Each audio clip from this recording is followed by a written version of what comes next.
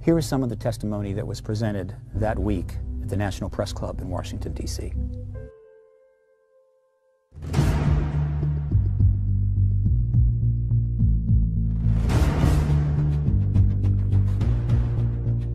The conclusion I've come to is incredibly wild, that those in charge have been successful in keeping secret the greatest story of mankind. The evidence is overwhelming that Earth is being visited by intelligently controlled extraterrestrial spacecraft. The CIA guy standing next to me says, we're confiscating all this data and you're all sworn to secrecy. They've all been studying this. They have more data than I do. So the government has dumped disinformation and misinformation into the field for decades. They've undermined research. I have lost faith in representative government. I truly think we're in gridlock. It doesn't work, and so we need to make a change. I think it's ignorant of any people not to seek out what we need to know to continue the universe. You give this committee a lot of reasons for us to say, open those files.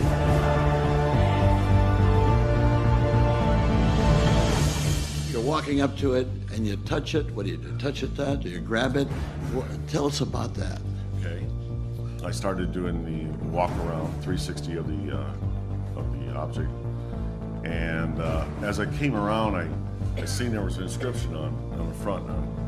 And this is what you saw, right? That's what I saw. So I started walking around the craft, and I seen the glyphs. And as I, ran my hand from the fabric of the craft, it was smooth to touch. You ran your hands along it? Oh, yeah. I believe that the time is now to lift the veil of secrecy that has shrouded this subject for over 60 years, and the subject of UFOs should now be openly accepted in the mainstream media.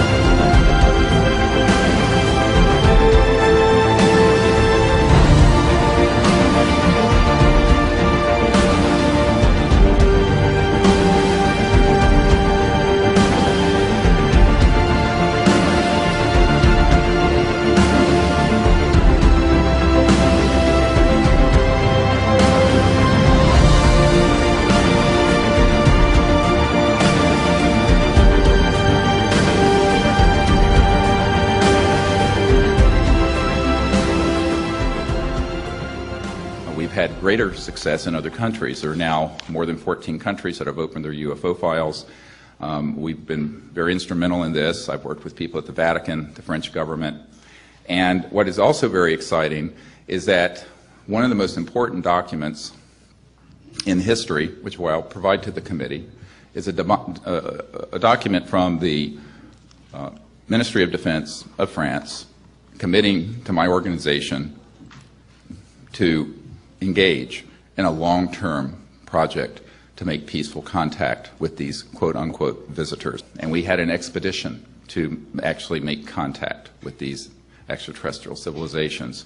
And the Admiral later informed us that their radar tracked objects that came over the site at between 100,000 and 200,000 kilometers an hour. What I have found through my uncle and other contacts at Lockheed is that we have had, since about the mid-1950s, operational electromagnetic gravitic devices, basically in parlance of the pop culture anti-gravity devices, that are deeply classified and are the next generation beyond rockets and jet aircraft. These are fully operational and not experimental. The key point here is that the technologies that would give us a new civilization without oil, without gas, without coal, without nuclear power, are extant. They already exist, they've been developed, and it is a matter of the utmost national security and world peace and justice that we bring these sciences out and start a new chapter in the human experience. Thank you.